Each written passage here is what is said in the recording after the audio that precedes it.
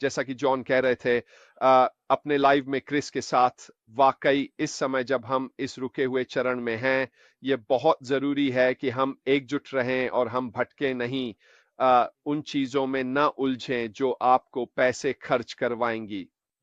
मैं इसे इससे ज्यादा अच्छे तरीके से नहीं कह सकता।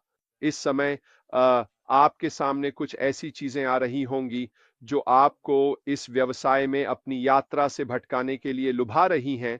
तो हम आपसे कह रहे हैं, इसी के साथ बने रहो दोस्तों। इससे बेहतर कुछ नहीं होगा। आपकी जिंदगी में इससे बड़ा बदलाव और कुछ नहीं ला सकता जितना कि हमारे सीईओ ऐश मुफारेह के माध्यम से आ रहा है।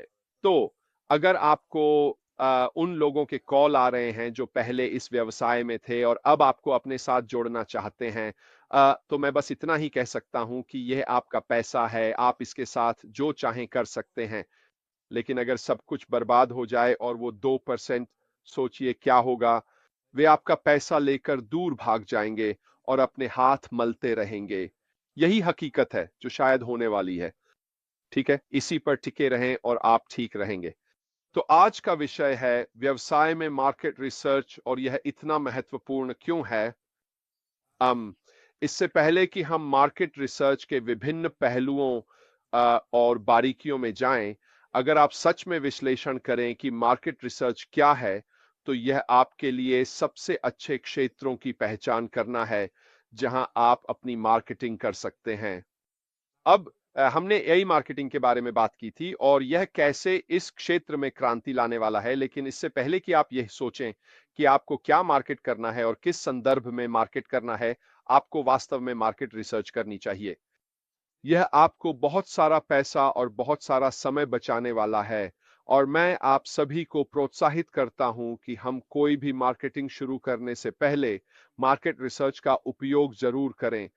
यह आपके लिए बहुत फायदेमंद साबित होगा। और सबसे महत्वपूर्ण बात यह है कि यह आपको यह समझने के लिए बेहतर ज्ञान देगा कि आपको किन क्षेत्रों में मार्केटिंग करनी चाहिए।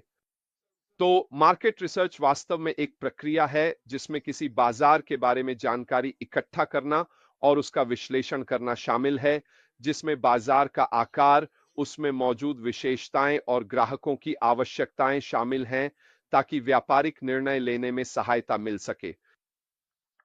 सरल शब्दों में इसका मतलब है कि आप देखें कि आपके ग्राहक क्या ढूंढ रहे हैं, किस क्षेत्र में ढूंढ रहे हैं, और आपको वह जानकारी कहां से मिलेगी।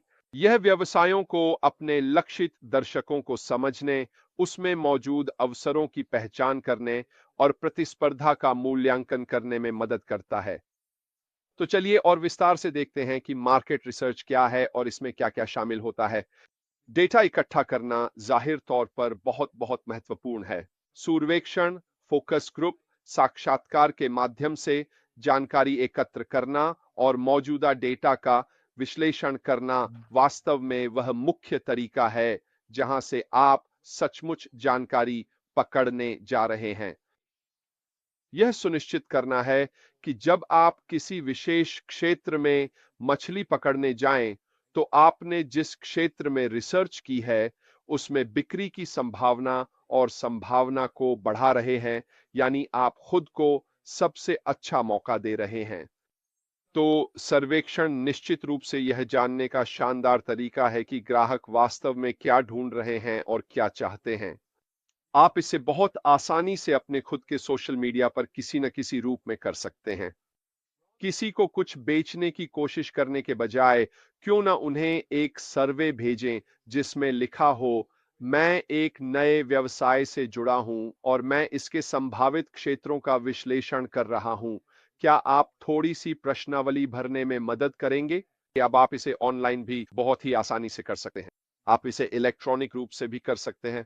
आप इसे इस तरह से कर सकते हैं कि लोगों को बस एक बॉक्स पर क्लिक करना हो जिससे आपको वह विश्लेषणात्मक डेटा वापस मिल जाए, और इससे आपको विभिन्न जनसांख्यिकी, आयु वर्ग, लिंग, क्षेत्र, लोग क्या खोज रहे हैं, कीमतें आदि के बारे में, और आप अपने सर्वे को कैसे तैयार करें, इसकी कहीं बेहतर जानकारी मिलेगी। लेकिन यह जानकारी इकट्ठा करने का एक बहुत ही आसान तरीका है फोकस समूह भी। अगर आप किसी समूह का हिस्सा हैं, उदाहरण के लिए अगर आप क्रोशिया कंबल बेचने की सोच रहे हैं, तो क्यों न किसी ऐसे क्रोशिया समूह में शामिल हों जो खास तौर पर क्रोशिया कंबलों पर केंद्रित हो। और फिर आपको यह जानने में कहीं बेहतर समझ मिलेगी कि लोग क्या ढूंढ रहे हैं, किस तरह के क्रोशिया की मांग है आदि। मैं इसे सिर्फ एक उदाहरण के तौर पर इस्तेमाल कर रहा हूं, लेकिन जाहिर है हमारे व्यवसाय टेक स्टेंट्स में हम डिजिटल उत्पादों और सेवाओं और उनके भीतर की विशिष्टताओं को देखेंगे। याद रखिए, मैंने पिछले दिन जिन बातों पर चर्चा की थी, उनमें से एक थी निच मार्केट्स और उसमें अपनी निच ढूंढना। जाहिर है फोकस ग्रुप्स इसमें आपकी मदद करेंगे। साक्षात्कार भी हमेशा बहुत अच्छे होते हैं। क्यों ना उन क्षेत्रों में दक्ष लोगों को खोजने की कोशिश करें जो आकर उन विशिष्ट विषयों पर बात कर सकें। फिर से अगर आप वीडियो बना रहे हैं तो इससे आपकी दर्शक संख्या बढ़ेगी, लेकिन साथ ही लोगों की आपके द्वारा दी जाने वाली चीजों में रुचि भी बढ़ेगी। इन सभी छोटी-छोटी चीजों से आपको विश्लेषणात्मक डेटा मिलता है, जिसे आप अपने मार्केट रिसर्च में इस्तेमाल कर सकते हैं, ताकि जब आप अपनी मार्केटिंग कैंपेन की बात करें, तो आपके पास एक कहीं बेहतर समझ हो। अब हमने डेटा का विश्लेषण करने की बात की थी। ग्राहकों के व्यवहार, बाजार की गतिशीलता और प्रतिस्पर्धी परिदृश्य से संबंधित रुझानों, पैटर्न और जानकारियों की पहचान के लिए सामूहिक जानकारी की व्याख्या करना आपके लिए नेविगेट करना बहुत आसान बना देता है। काफी बड़े-बड़े शब्द हैं, है ना इसमें? असल में इसका मतलब यह है कि जितना अधिक डेटा आप प्राप्त कर सकते हैं, उतना ही बेहतर मौका आपके पास होता है कि आप ऐसी स्थिति में हों जहां आप लोगों को और भी सटीकता से चिन्हित और लक्षित कर सकें। यही इसका सीधा साधा मतलब है जो मैंने अभी कहा। यह स्पष्ट रूप से आपके मार्केटिंग अभियान को कहीं अधिक सटीक बना देता है। आप उस डेटा की गतिशीलता का उपयोग कर सकते हैं जो भी तरीके से आपने डेटा प्राप्त किया है, और आप उसे अपने मार्केटिंग अभियान में इस तरह शामिल कर सकते हैं कि आपको ठीक-ठीक पता चल सके कि लोग किन मुख्य तत्वों की तलाश कर रहे हैं। फिर से यह आपके द्वारा बेचे जा रहे किसी भी उत्पाद की बिक्री में बदल जाएगा, और यही कारण है कि विश्लेषणात्मक डेटा वास्तव में इंटरनेट की दुनिया में तरल सोने के समान है। मैंने ये कई बार कहा है कि आजकल लोग वास्तव में इसी चीज की तलाश में हैं। अपने बाजार को समझना ये फिर से बहुत बहुत महत्वपूर्ण है।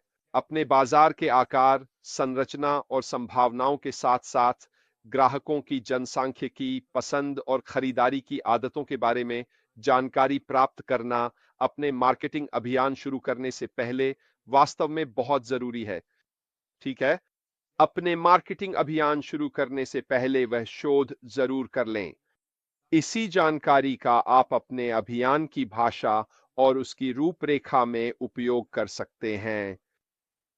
क्यों? क्योंकि उदाहरण के लिए अगर आप जिस बाजार को देख रहे हैं उसकी जानकारी, उसकी संभावनाएं जैसी हैं, तो आप अपने शब्दों, दृश्यों और बाकी चीजों को बहुत सटीक रूप से तय कर सकते हैं, ताकि उसमें वे सभी जनसांख्यिकी और पसंद शामिल हो सकें जो आपने अपने बाजार अनुसंधान से प्राप्त की हैं।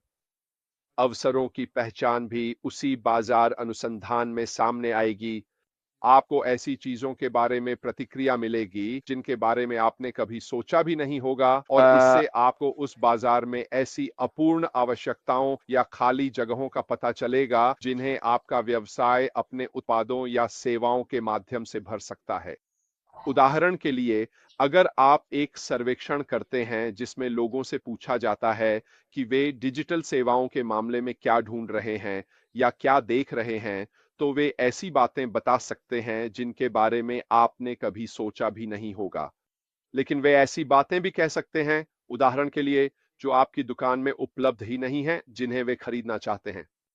इसलिए यह आपको एक बार फिर से यह समझने में मदद करेगा कि लोग वास्तव में डिजिटल बाजार में अपने लिए क्या खरीदना चाहते हैं। तो मुझे सच में लगता है कि आप जानते हैं, हम इस बाजार अनुसंधान के साथ ऐसी स्थिति में हैं कि हम इसे अपनी मार्केटिंग अभियानों में उपयोग कर सकते हैं। जब मैं यह कह रहा हूं तो मेरी बात ध्यान से सुने। बाजार अनुसंधान समय की बर्बादी नहीं है। यह इतना इतना महत्वपूर्ण है कि आप किसी भी मार्केटिंग अभियान को शुरू करने से पहले यह किया जाए। जितना समय आप पूर्व निरीक्षण में लगाते हैं, जो वास्तव में बाजार अनुसंधान ही है, वह आपके पूरे मार्केटिंग प्रयास में कहीं अधिक प्रभावी साबित होगा, चाहे आप इसे जैसे भी करें। यह मायने नहीं रखता कि आप किस तरह की मार्केटिंग करने वाले हैं, लेकिन सबसे पहले वह अनुसंधान जरूर करें। प्रतिस्पर्धा का मूल्यांकन करना भी निश्चित रूप से यह तय करने में महत्वपूर्ण है कि आप अपना अभियान कैसे चलाएंगे। प्रतिद्वंद्वियों की ताकत और कमजोरियों का विश्लेषण करना, ताकि आप उनके प्रतिस्पर्धी परिदृश्य को समझ सकें और ऐसी रणनीतियां विकसित कर सकें जो उनसे अलग हों। यह देखना भी बहुत जरूरी है कि उनकी मार्केटिंग रणनीति क्या है। तो उदाहरण के लिए चलिए ओ कनेक्ट का ही इस्तेमाल करते हैं। हम उस उत्पाद को जानते हैं। हमें पता है कि उसमें कई अन्य प्रतियोगी भी हैं। मैं एक का उपयोग कर रहा हूं। मैं स्ट्रीम यार्ड का इस्तेमाल कर रहा हूं। हमें पता है कि जूम भी है। हमें यह भी पता है कि माइक्रोसॉफ्ट रूम्स भी है और कई अन्य वेब वीडियो कॉन्फ्रेंसिंग प्लेटफॉर्म्स भी मौजूद हैं। फिर से अपना शोध करें, देखें और जांचें। बस गूगल पर जाएं, यूट्यूब पर जाएं और देखें कि उनकी मार्केटिंग कैंपेन कैसी दिखती है। ये आपको एक अच्छा आइडिया देता है, लेकिन यह भी बताता है कि आप उनसे अलग कैसे हो सकते हैं। फिर से ये बहुत अच्छी जानकारी है जिसे आप अपनी मार्केटिंग कैंपेन चलाते समय उपयोग कर सकते हैं। व्यापारिक निर्णयों को सूचित करना, ठीक है। इकट्ठा की गई और विश्लेषित जानकारी का उपयोग उत्पाद विकास, मार्केटिंग रणनीतियों, मूल्य निर्धारण और समग्र व्यापार योजना के बारे में सूचित निर्णय लेने के लिए करना भी आपकी बिक्री के लिए महत्वपूर्ण है। मुझे पता है कि मैं डिजिटल उत्पादों और सेवाओं के लिए मार्केट प्लेस में रहने वाला हूं। तो अभी क्यों ना शुरू करें? चैट जीपीटी या जेमिनाई या यहां तक कि गूगल ब्राउजर पर जाए, ऐसे कीवर्ड डालें जो डिजिटल उत्पादों के लिए बहुत विशिष्ट हों और जो एनालिटिक्स आपको मिल रही है उसका उपयोग अपने व्यवसाय के लाभ के लिए करें। अन्यथा जब आप कोई भी मार्केटिंग करने आएंगे, चाहे वह व्यवसाय के माध्यम से हो, चाहे वह आपकी अपनी तरफ से हो, चाहे वह किसी तीसरे पक्ष के माध्यम से हो, या आप जैसे भी करने वाले हों, अगर आपके पास कोई योजना नहीं है क्योंकि आपने कोई शोध नहीं किया है, तो आप कैसे जानेंगे कि कहां टारगेट करना है? इसका कोई मतलब नहीं बनता। आप बस सचमुच पैसे फेंक रहे हैं और उम्मीद कर रहे हैं कि कुछ तो काम कर जाए। अपने व्यवसाय के भीतर सक्रिय रहने के बजाय जो आप अभी कर सकते हैं और डिजिटल उत्पादों और सेवाओं के संदर्भ में एक अच्छी सी क्या करें और क्या न करें की सूची तैयार करने के बजाय, क्यों ना आप अभी से ही अपना मार्केटिंग रिसर्च शुरू करें। एक सर्वेक्षण जारी करें कि लोग डिजिटल उत्पादों में क्या ढूंढ रहे हैं। बहुत आसान है। आप कुछ बेच नहीं रहे हैं। आप बस लोगों से पूछ रहे हैं कि अगर आप अभी कोई डिजिटल उत्पाद या सेवा खरीदते तो आप किस चीज की तलाश करते, और फिर आप इसे और विस्तार दे सकते हैं।